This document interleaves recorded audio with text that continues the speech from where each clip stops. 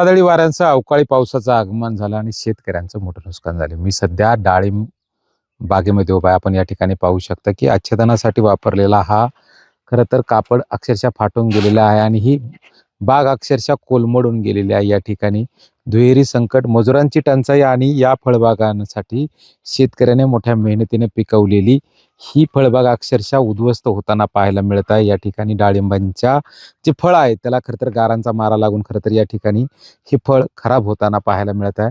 ह्या परिस्थितीत खरं तर आपण आपल्यासोबत काही शेतकरी आहेत. काय सांगसाल दादा? खरं तर तुम्ही मोठ्या मेहनतीने हे पीक घेतलं होतं हो आणि तरकारी पिकातले पडलेले कोसळलेले बाजारभाव फळबागातून काहीतरी रुपये मिळतील आणि या गारपिटीचा फटका. हो अशीच अपेक्षा होती. एकतर कांद्याला बाजारभाव नाही, कुठल्या तरकारीला बाजारभाव नाही, डाळिंबाचे 1-2 रुपये भेटले असते. त्यातही अवकाळी पाऊस, गारपीट आणि गारपिटीने झालेलं नुकसान. साधारणतः हा बाग तयार करण्यासाठी मला एक 5 लाख रुपये खर्च आलेला आहे. आज अशी परिस्थिती आहे, क्रॉप पेपर पण फाटला आहे आणि क्रॉप पेपर फाटल्यामुळं आणखीनच गारपिटीने नुकसान झालं आहे. गेलेलं भांडवल कमीत कमी 5 लाख रुपये गेले, तेवढे जरी पाठीमागे आले तरी बरं होईल अशी अपेक्षा आहे. मला ते सुद्धा पाठीमागे येणार नाही. खरं तर तुम्ही 5 लाखाचा उल्लेख केला. हे 5 लाख उभं करताना तुम्ही कर्ज घेतलं असेल. आता इथून पुढच्या काळात तुम्हाला आव्हान असणार आहे. काय परिस्थिती? आता काय परिस्थिती आहे, आता परत कुठंतरी कर्जच घ्यायचं, थोडंसं काय असेल ते.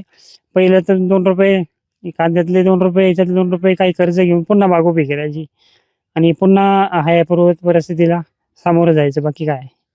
एकंदरीत आज जर डाळिंबाचा जर बाजारभाव पाहिला तर काय परिस्थिती आहे आणि युद्धाचा काय परिणाम झाला?